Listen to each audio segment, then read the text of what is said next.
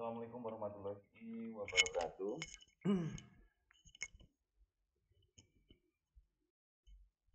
Saya ulangi, baik. Assalamualaikum warahmatullahi wabarakatuh. Salam sejahtera bagi kita semua. Menjadi bagian dari eh, prediksi dan antisipasi masyarakat masa depan dalam dunia pendidikan. Ini adalah bagian 2. Semoga mahasiswa masih semangat untuk mengikuti perkuliahan ini.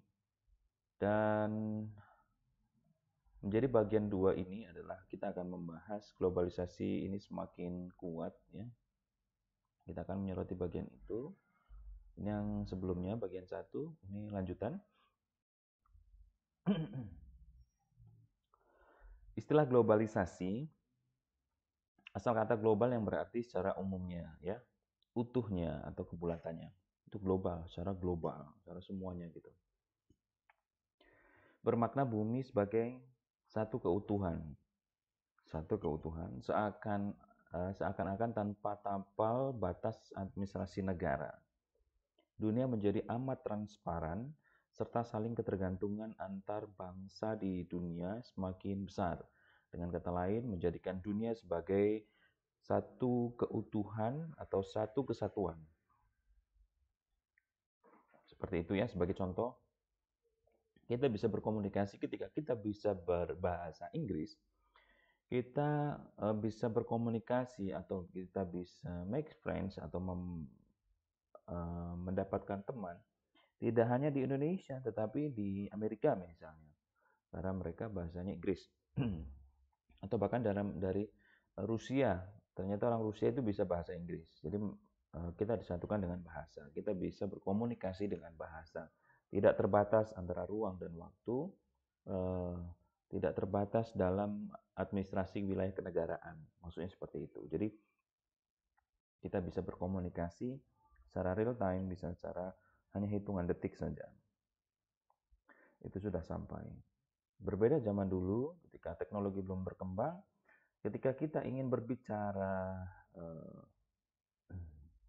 kita pengen berkomunikasi, kita harus menulis surat dulu dan kita menunggu ya, menunggu berapa hari, 2 hari, 3 hari baru sampai informasinya seperti itu. Tapi dengan sekarang telepon atau menggunakan aplikasi internet Zoom misalnya atau aplikasi apa, kita sudah bisa bertatap muka, kita bisa berdiskusi seperti itu, kita bisa menyampaikan apa yang akan kita lakukan. Itu yang menjadi bagian globalisasi, makna dari globalisasi. Kemudian Emil Salim 1990, ada 4 sektor kekuatan gelombang globalisasi adalah bidang iptek, bidang ekonomi, bidang lingkungan hidup, ya, sebagai dampak, salah satunya itu adalah efek rumah kaca, pemanasan global itu sebagai lingkungan. Nah, apa kira-kira yang disebabkan hal itu? Nah, sebagai contoh aja, cara pandang kita sebagai mahasiswa kimia, dampak pemanasan global itu apa ya? Nah, seperti itu. Anda bisa mencarikan itu, Anda bisa mendeskripsikan. Ini bagian bawah, deskripsikan pandangan Anda terhadap 4 sektor di atas. Yang terakhir adalah pendidikan ya. 4 sektor di atas dan cara Anda memberikan solusi dampak negatif seminim mungkin.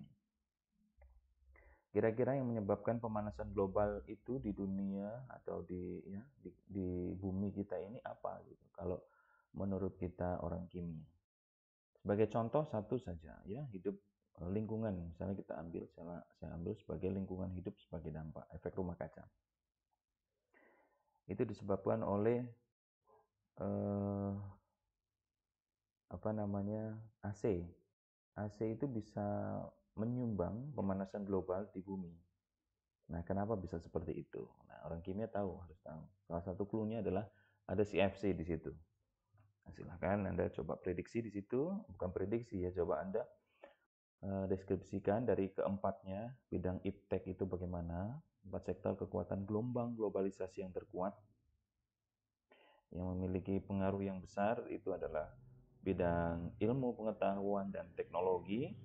Kemudian yang kedua itu adalah ekonomi. kemudian ketiga adalah lingkungan hidup, kemudian di akhir adalah pendidikan.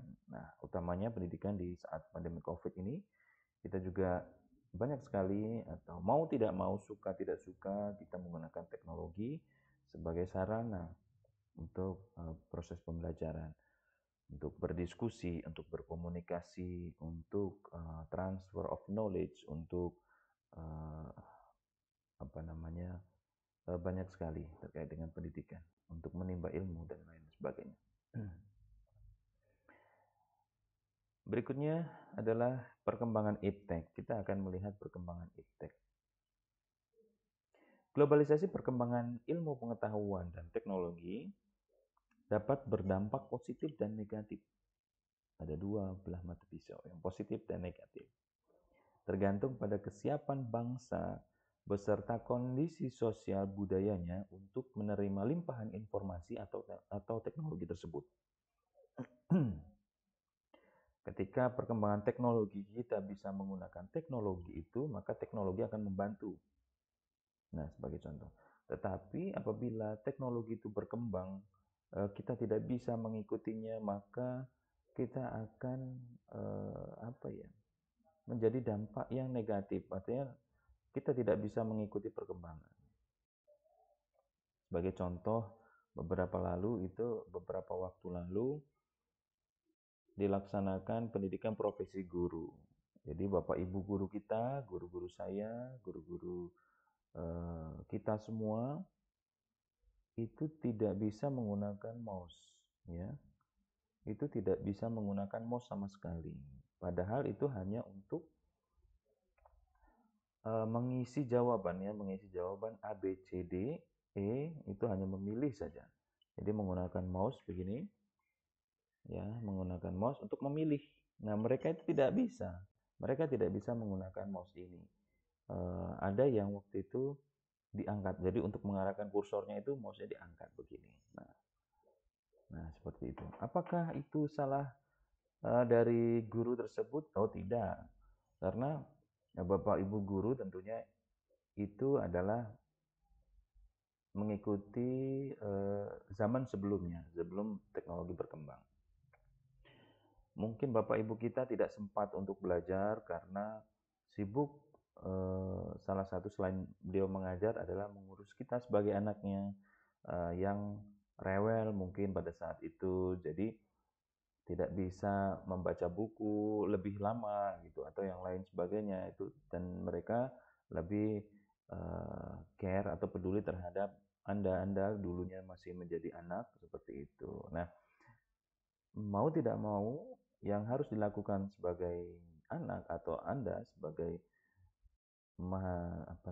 guru masa depan itu untuk memberikan pemahaman atau berkolaborasi dengan begitu nanti akan selaras, akan mengikuti perkembangan zaman Anda dengan cara mengajarkan bagaimana cara menggunakan dengan sabar kepada orang tua Anda, karena orang tua Anda dulu atau guru Anda zaman dulu itu sabar untuk mengajari Anda, membina Anda, mendidik Anda, ya, secara internalisasi nilai-nilai. Apakah itu nilai-nilai kehidupan, apakah itu pengetahuan yang diberikan oleh guru seperti itu. Nah, ini menjadi sebagai gambaran perkembangan iptek, sekaligus mungkin menjadi sikap Anda untuk untuk melakukan kegiatan atau melakukan berbakti atau ikut membangun bangsa, salah satunya seperti itu. Sehingga bila itu sudah terjadi kepada guru-guru Anda, Bapak Ibu guru Anda, maka pembelajaran akan mengikuti yang semestinya, yaitu pembelajaran yang menggunakan teknologi dan lain sebagainya. Berikutnya adalah globalisasi perkembangan iptek. Globalisasi perkembangan iptek ini, ya, ilmu pengetahuan dan teknologi yang cepat, ini adalah menjadi peluang dan tantangan, sekaligus tantangan Anda. Apakah ini menjadi peluang atau tantangan? Ya, ini kembali lagi tergantung Anda, bagaimana cara Anda menyikapinya.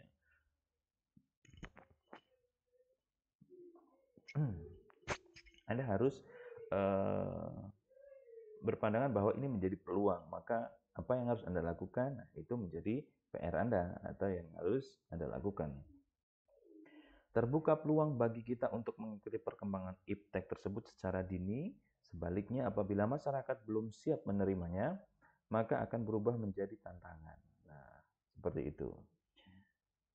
Ini menjawab atau memperkuat kalimat atau statement di awal tadi terkait dengan gambaran real saat ini dengan apa yang harus kita lakukan, kemudian apa gambaran-gambaran atau dampak-dampak yang akan terjadi. Berikutnya adalah percepatan perkembangan iptek. Ini terkait dengan landasan ontologis, epistemologis, dan aksiologisnya. Nah, coba Anda deskripsikan dari 3 bagian itu. Landasan ontologis, epistemologis, dan aksiologis. Ya. Berikutnya, perkembangan telekomunikasi. Ini yang saya sebutkan di awal tadi. Hitungan detik berita sudah dapat diterima dengan jelas.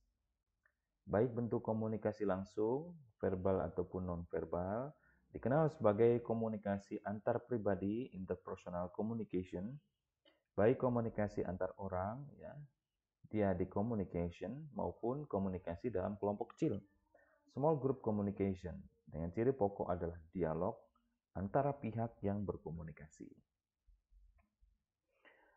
Selanjutnya adalah bentuk komunikasi yang bercirikan monolog. Nah, ini menjadi tambahan. Komunikasi publik adalah komunikasi publik yang dibedakan atas komunikasi pembicara dengan pendengar. Speaker audience communication. Berikutnya, perkembangan komunikasi dengan arus informasi yang semakin kuat semakin padat, dan akan dipercepat di masa depan, mencakup keseluruhan unsur-unsur dalam proses komunikasi tersebut. Nah, coba Anda kaitkan dengan perkembangan telekomunikasi ini di bidang pendidikan, yaitu adanya telekonferensi, tatap maya, media sosial. Coba Anda deskripsikan ini, ya, sebagai perkembangan telekomunikasi di bidang pendidikan atau sektor pendidikan. Berikutnya di bagian ini adalah peningkatan layanan profesional, ya. Ciri penting masyarakat masa depan ini adalah meningkatnya kebutuhan layanan profesionalisme dalam berbagai bidang kehidupan manusia. Manusia masa depan makin menuntut suatu kualitas hidup yang lebih baik, sudah tentu, termasuk berbagai layanan yang dibutuhkan. Sebagai contoh, restoran sejak peningkatan profesional, ya, layanan profesional. Restoran atau warung, ya, Anda melayani dengan sepenuh hati, Anda melayani pembeli sebagai raja. Tetapi di warung lain itu melayani dengan konvensional seperti dahulu. Nah, itu akan memiliki dampak yang berbeda seperti itu. Dan bagaimana kaitkan dengan teknologi? Misalnya warung konvensional yang melayani dengan sepenuh hati ramah tadi, yang di awal lebih bagus daripada melayani konvensional yang sebelumnya tidak ramah. Yang sekarang adalah dengan layanan berkaitan dengan teknologi. Pesan lewat handphone, maka makanan akan diantar, dibanding dengan toko yang melayani dengan ramah tadi, maka tentu peningkatannya pun akan berbeda. Peningkatannya akan meningkat. Selain profesional di bidang layanan untuk memberikan makanan itu, tetapi juga profesional dalam bidang penggunaan teknologi terkait dengan layanan. Itu sebagai contoh, seperti itu. Berikutnya adalah upaya pendidikan dalam mengantisipasi masa depan. Ini penting. Pendidikan berkewajiban memprediksikan generasi baru yang sanggup menghadapi tantangan zaman baru yang akan datang. Kemudian, pembangunan manusia Indonesia seutuhnya merupakan kunci keberhasilan bangsa dan negara Indonesia dalam abad 21 yang akan datang. Untuk itu diperlukan pendidikan dasar 9 tahun, ya, nomor 20/2003, keterampilan hidup. Nah, sekarang ini sudah kita masuk kepada abad 21 era industri 4.0. Semua aktivitas bisa dikendalikan dengan smartphone, dengan teknologi. Kita bisa menghidupkan TV dari mana saja, kita bisa mengawasi CCTV dari mana saja, kita bisa melihat ruang kelas menggunakan CCTV, kita bisa mengajar atau kita bisa memiliki ruang kelas dengan cara membuka laptop saja, seperti itu. Dalam buku Teaching 2030, ya ini adalah salah satu pendapat guru di Amerika, pembekalan untuk pendidik yang mengajar sebagai profesi, ya, pendidik mengajar sebagai profesi, adanya perubahan mengajar, dan memiliki keahlian teknologi informasi. Nah, ini kaitannya seperti ini. Kita sudah memasuki mengajar sebagai profesi. Adanya profesi pendidiknya, sertifikat pendidik, adanya sertifikasi guru. Nah, ini sudah memiliki profesi. Kemudian adanya perubahan mengajar. Perubahan mengajar yang dimaksud bagaimana? Perubahan-perubahan mengajar yang konvensional, yang dahulunya mengajar hanya ceramah, kemudian dengan cara bercerita, tetapi dengan Anda belajar di kuliah, di bangku kuliah, Anda sekarang sudah mengetahui ada perubahan. Guru harus memiliki perubahan mengajar itu bagaimana. Anda harus mengaitkan dengan eksperimen-eksperimen, misalnya dengan fenomena yang terjadi, ya, bagaimana Anda membangun konsep, mengkonstruk itu dengan cara melihat gambar-gambar, melihat apa namanya, melakukan praktik-praktik seperti itu. Kemudian memiliki keahlian teknologi informasi. Anda bisa menggunakan aplikasi yang digunakan, Anda bisa menggunakan animasi untuk menjelaskan seperti itu. Nah, itu adalah peningkatan-peningkatan yang harusnya terjadi seperti itu. Dan saat ini memang masih relevan buku itu untuk kita baca terkait dengan Teaching 2030. Begitu.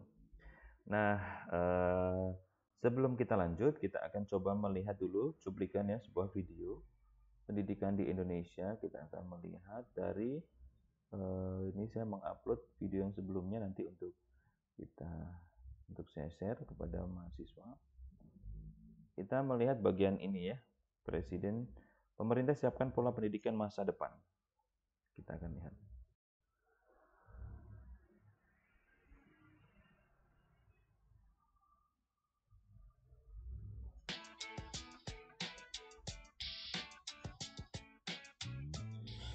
Assalamualaikum warahmatullahi wabarakatuh. Yang saya hormati Bapak Wakil Presiden, Bapak Ibu sekalian yang saya hormati, rapat terbatas yang hari ini akan melanjutkan kembali pembahasan mengenai peta jalan pendidikan untuk 2020-2035, sehingga akan mengerucut lagi dari apa yang sudah kita bahas pada ratas-ratas sebelumnya. Karena kita harus mengantisipasi perubahan-perubahan besar yang terjadi di dunia ini, mulai dari disrupsi teknologi yang berdampak pada semua sektor, baik penerapan otomatisasi, artificial intelligence, big data, internet of things, dan lain-lain, yang kita juga harus mengantisipasi perubahan demografi, profil sosioekonomi dari populasi yang termasuk perubahan dalam pasar tenaga kerja yang lebih fleksibel, perubahan lingkungan, hingga perubahan struktural yang sangat cepat akibat pandemi COVID yang kita alami sekarang ini. Misalnya pembelajaran jarak jauh, percepatan digitalisasi maupun less kontak ekonomi.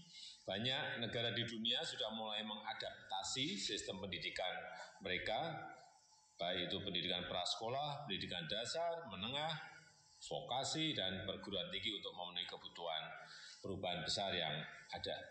Untuk itu ada beberapa hal yang ingin saya tekankan untuk menjadi perhatian kita semuanya.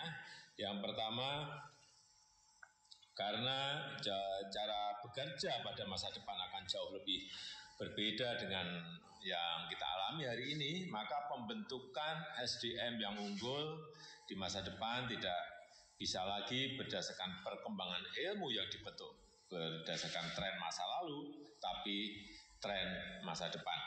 Untuk itu saya minta dilakukan benchmarking pada negara-negara yang telah berhasil mengadaptasi sistem pendidikan untuk memenuhi kebutuhan perubahan di masa depan, seperti di Australia untuk pendidikan anak usia dini, Finlandia untuk pendidikan dasar dan menengah, di Jerman untuk pendidikan vokasi, di Korea untuk perguruan tinggi. Yang kedua, SDM unggul yang ingin kita bangun adalah SDM yang berkarakter, yang berakhlak mulia, dengan menumbuhkan nilai-nilai budaya Indonesia dan Pancasila. Pendidikan karakter tidak boleh dilupakan karena ini merupakan hal yang sangat penting dalam pembangunan mental dan karakter bangsa. Yang ketiga, ada target-target yang terukur. Berapa target angka partisipasi untuk pendidikan dasar dan menengah, pendidikan tinggi. Saya kira ini kita buat targetnya yang tinggi saja, biar kita optimis, biar kita semangat. Kemudian seperti apa target untuk hasil belajar berkualitas, baik itu untuk perbaikan kualitas guru, perbaikan kurikulum maupun infrastruktur sekolah, dan bagaimana untuk mewujudkan distribusi pendidikan yang inklusif dan juga merata. Yang keempat, saya ingatkan bahwa kemampuan untuk melakukan reform tidak hanya ditentukan satu kementerian, Kemendikbud, tapi juga memerlukan dukungan komunitas pendidikan, dukungan dari kementerian lembaga, dukungan masyarakat, pemerintah daerah, juga kemitraan dengan swasta. Karena reformasi pendidikan bukan hanya mencakup penyesuaian kurikulum, pedagogi, dan metode penilaian, tapi juga menyangkut perbaikan infrastruktur, penyediaan akses teknologi, dan juga yang berkaitan dengan dukungan pendanaan. Saya rasa itu sebagai pengantar yang bisa saya sampaikan.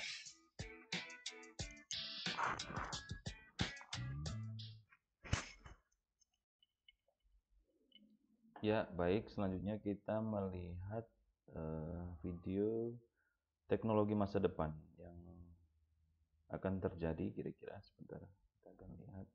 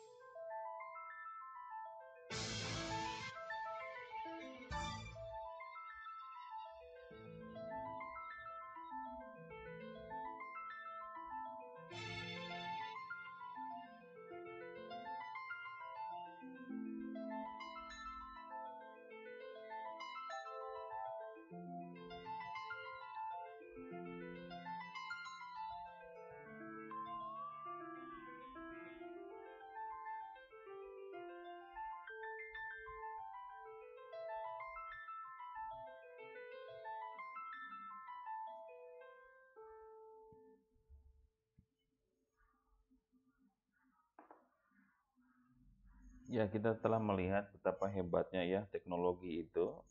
Masa depan yang sebentar lagi kita menuju atau kondisi saat ini sedang menuju ke sana. Jadi eh, itu adalah gambaran-gambaran teknologi-teknologi yang canggih ya, yang akan mungkin Anda alami ketika Anda sudah masuk dunia pekerjaan nanti setelah Anda lulus, begitu ya.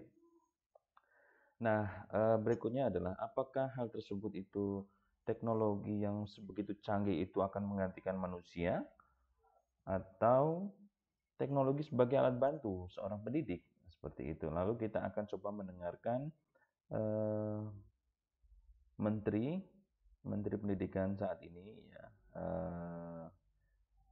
teknologi pendidikan 4.0 untuk menunjang pembelajaran guru dan siswa masa depan. Nah, ini ada hubungannya terkait juga dengan kurikulum, bagaimana guru mengarahkan, bagaimana mengkonsep sebuah pembelajaran yang pembelajaran itu masih relevan atau bisa digunakan untuk masa yang akan datang. Langsung saja kita akan simak dari hasil hasil suara Pak Menteri ini. Teknologi. Kenapa teknologi ini penting? Ini juga banyak ada persepsi yang menurut saya salah bahwa saya dijadikan menteri Kemendikbud karena semuanya akan diganti dengan aplikasi. Saya cukup lucu sih. Saya suka dengar ini dari banyak persepsi. Oh, semuanya jadi aplikasi aja. Pertama yang harus saya sebut itu yang harus saya klarifikasi. Pendidikan adalah apa yang terjadi di dalam dua ruang. Di ruang kelas antara murid dan guru, dan di rumah antara orang tua dan anak. Itu yang kuncinya di dua tempat ini. Teknologi tidak akan mungkin bisa menggantikan koneksi itu. Karena kenapa? Pembelajaran yang terbaik itu ada koneksi batin.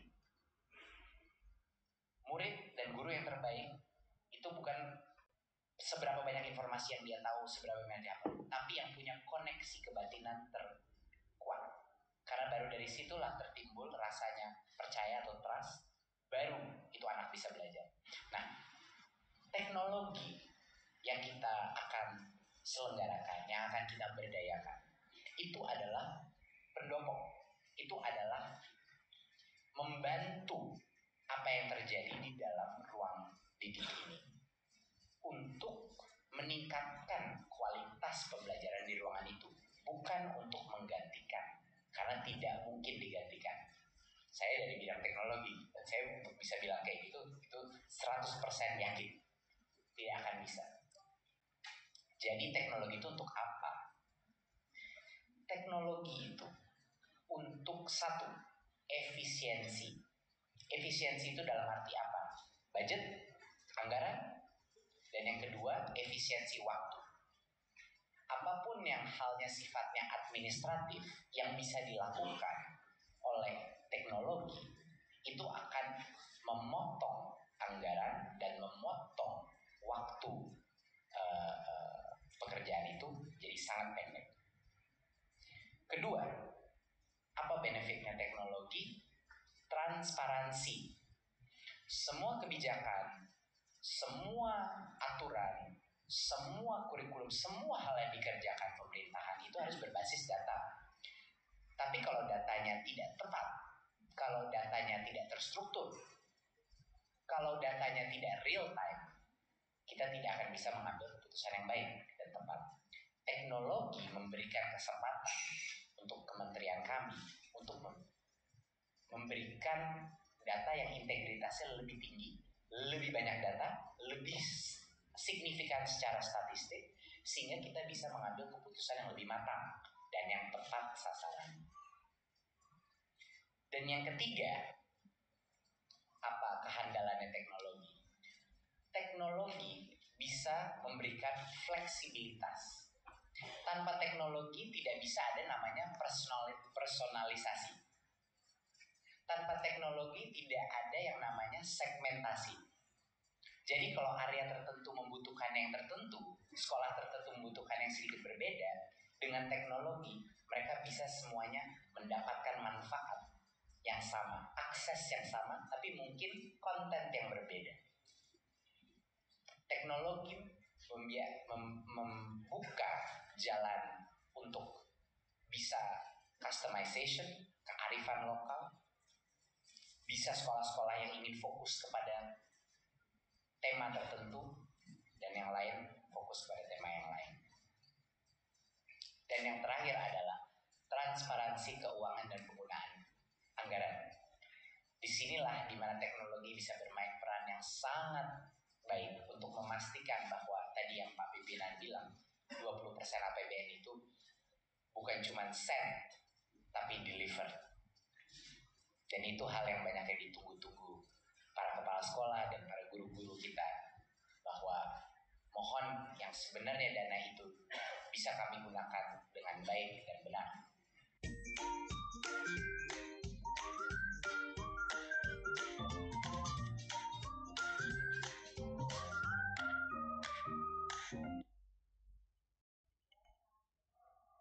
Nah, tentu kita sudah mendapatkan jawaban ya. Apakah teknologi itu akan menggantikan guru atau alat bantu seorang guru? Sudah dijelaskan oleh Pak Nadiem Makarim sebagai Menteri Pendidikan di Indonesia. Kita lanjutkan ya, berikutnya adalah ini apa yang harus dilakukan pendidik pada revolusi industri 4.0 era, kemudian 21 century atau abad 21. Jadi pendidik itu harus pertama berfokus kepada siswa berkebutuhan ya. Artinya begini, berfokus pada siswa, kebutuhan siswa dalam mengembangkan dan menggunakan keterampilan untuk menghadapi era teknologi tentunya. Dan ada berikutnya memperluas kesempatan belajar melalui dunia maya, bisa mendapatkan sumber belajar yang banyak sekali, baik dari YouTube maupun sumber-sumber tertentu yang tentunya yang kredibel ya, tidak hanya asal saja untuk mendapatkan sumber ajar, lalu tetapi perlu diberikan arahan bagaimana cara mendapatkan sumber ajar yang sesuai atau yang memiliki trust tinggi, memiliki kepercayaan, atau mungkin sumber pertama seperti itu. Salah satu dari jurnal barangkali. Dengan jurnal kalau kita berikan langsung mungkin tidak bisa, tetapi akan diterjemahkan secara lebih mudah dipahami, dicerna oleh peserta didik misalnya kalau Anda menjadi guru nanti. Berikutnya adalah mengembangkan keterampilan khusus dan bekerja yang fleksibel. Jadi guru harus mengembangkan keterampilan khusus dan bekerja yang fleksibel. Artinya kita yang relevan terhadap kehidupan yang ada. Seperti itu. Apa kaitannya, kenapa belajar ini, kenapa harus ini, bagaimana hubungannya. Anda harus berpikir juga bagian itu. Berikutnya adalah konsep teacher planner. Ini guru ya, pendidik harus memiliki konsep teacher planner yang akan menjadi sebuah kesempatan bagi guru asalkan tetap dalam koridornya memberikan perhatian terbaik kepada siswa, jangan meninggalkan keprofesionalnya. Jadi guru juga bisa menjadi misalnya sambil berjualan online seperti itu, tetapi sesuai dengan proporsional. Ketika tugas profesional Anda sebagai pendidik sudah selesai, Anda bisa memiliki keterampilan lain di situ, itu menjadi hal yang tidak apa-apa yang untuk dilakukan seperti itu. Asal tadi itu jangan meninggalkan keprofesionalan. Atau bahkan ketika Anda mengajarkan tentang entrepreneurship tersebut kepada masyarakat, kepada mahasiswa atau peserta didik, Anda bisa langsung menerapkan dalam kehidupan nyata. Kemudian pendidik harus berkreativitas. Nah itu tadi dengan cara menggunakan teknologi, apakah itu animasi, apakah itu teknologi edutainment dengan cara menggunakan menyetel YouTube seperti itu. Berikutnya adalah upaya untuk mengantisipasi masa depan. Upaya untuk mengantisipasi masa depan bukan hanya diam dan tidak berbuat apa-apa, tapi harus dengan niat yang kuat untuk melakukan perubahan-perubahan yang dimulai dari diri sendiri tentunya, keluarga dan lingkungan di mana kita beraktivitas untuk berkreativitas. Tentu yang harus dilakukan adalah dari diri sendiri. Nah, hal ini sangat dipengaruhi oleh lingkungan tentunya. Lingkungannya dari mana? Dari keluarga, kemudian lingkungan dari sekitar kita. Kita harus bisa menempatkan diri dengan baik. Artinya lingkungan itu secara tidak langsung itu sangat mempengaruhi terhadap kita sendiri. Jadi untuk kita memperoleh niat yang kuat untuk melakukan perubahan dalam diri kita, kita juga harus mempersiapkan lingkungan yang sesuai dengan kita inginkan. Kalau lingkungannya kita ternyata banyak orang-orang yang santai-santai ya, banyak pengangguran, maka secara tidak langsung kita akan juga mengikuti hal itu. Tetapi bagaimana dengan cara lingkungan kita aktif dalam proses inovasi, mungkin dalam kegiatan yang positif hal lainnya gitu, maka secara tidak langsung kita akan memiliki eh, apa namanya eh, mood yang mendekati hal itu atau bahkan melebihi untuk melakukan aktivitas, kreativitas, meningkatkan kesejahteraan dari niat-niat tersebut gitu, memiliki eh, kemampuan di mana setelah kita lulus nanti dari kuliah atau dari sekolah memiliki kemampuan yang sesuai dengan kondisi yang ada seperti itu. Berikutnya adalah perubahan nilai sikap. Nilai dan sikap memegang peran penting dalam menentukan wawasan dan perilaku manusia, seperti agama, hukum, adat istiadat, moral, dan sebagainya.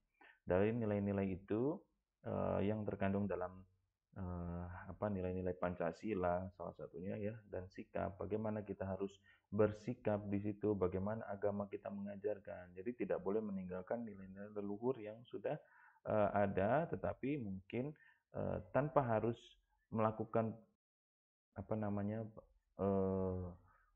perubahan nilai yang melanggar norma-norma yang ada di situ. Tetapi menyelaraskan, tetapi juga untuk uh, meningkatkan sistem perubahan sikap yang menjadi lebih baik seperti itu terkait dengan tadi agama, hukum, adat istiadat, moral, dan sebagainya. Bangsa Indonesia dengan masyarakat yang majemuk menjadi variasi sistem nilai dan tata kelakuan atau sebagai wujud ideal dari kebudayaan Nusantara ini menjadi bagian ciri khas di bangsa Indonesia. Berikutnya dalam sikap dapat dibedakan atas 3 aspek, tentunya aspek kognitif, aspek afektif, dan aspek konatif. Nilai-nilai luhur yang mendasari kepribadian dan kebudayaan Indonesia seyogyanya akan tetap dilestarikan agar terhindar dari krisis identitas. Nah, ini menjadi ciri khas yang saya sebutkan tadi. Nah, tolong pandangan Anda tentang aspek kognitif, aspek afektif, dan aspek konatif. Silakan Anda deskripsikan yang dimaksud dengan hal ini. Berikutnya adalah pengembangan kebudayaan. Salah satu upaya penting dalam mengantisipasi masa depan adalah upaya yang berkaitan dengan pengembangan kebudayaan dalam arti luas, termasuk hal-hal yang berkaitan dengan sarana kehidupan manusia. Ketika kita sudah membudayakan proses belajar, membudayakan menggunakan teknologi, maka perkembangan zaman pun kita akan tidak tertinggal, kita akan bisa mengikuti perkembangan zaman untuk menjadi lebih baik atau kita tidak tertinggal, artinya menjadi tantangan atau menjadi peluang. Nah, itu kita bisa pilih menjadi peluang dengan cara membiasakan, membudayakan seperti itu. Kebudayaan mencakup unsur-unsur menilai dari sistem religi. Ini terkait dengan religi. Kemudian terkait dengan kemasyarakatan, pengetahuan, kemudian bahasa, kesenian, mata pencaharian, sampai dengan sistem teknologi dan peralatan. Nah, berikutnya adalah budaya di Indonesia dari masyarakat bertani menjadi masyarakat industri. Selain itu juga terpengaruh dengan budaya dunia. Maka sikap kita harus mampu menjelaskan terhadap pengaruh yang ada. Jelaskan pendapat Anda terkait dengan ini. Budaya di Indonesia dari masyarakat bertani menjadi masyarakat industri. Kemudian selain itu juga berpengaruh terhadap budaya dunia. Nah, bagaimana kira-kira sikap Anda harus mampu menjelaskan terhadap pengaruh-pengaruh tersebut ya, pengaruh teknologi tersebut ya, masyarakat industri yang ada, kemudian pengaruh-pengaruh budaya asing atau budaya dunia, bagaimana cara Anda untuk menyikapi hal ini.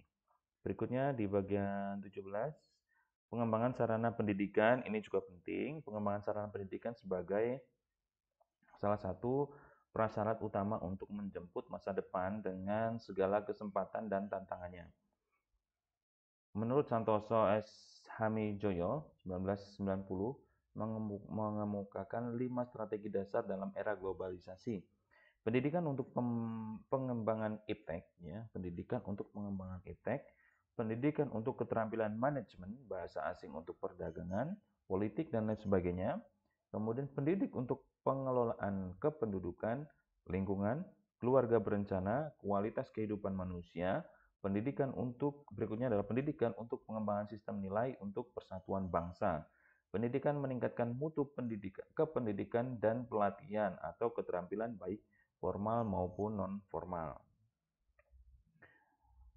Dan terima kasih. Mudah-mudahan ini menjadi bagian pandangan Anda terkait dengan prediksi dan antisipasi masyarakat masa depan dalam dunia pendidikan menjadi hal yang baik, yang merubah cara pikir Anda atau mendapatkan informasi baru dari perkuliahan ini untuk Anda melakukan sikap yang lebih baik terkait dengan tadi antisipasi masyarakat masa depan dalam dunia pendidikan. Termasuk Anda harus bersikap bagaimana menjadi seseorang yang siap untuk menerima peluang atau mendapatkan peluang pada masa depan, dan Anda bisa mengikuti perkembangan zaman dengan baik. Sekian dari saya. Assalamualaikum warahmatullahi wabarakatuh.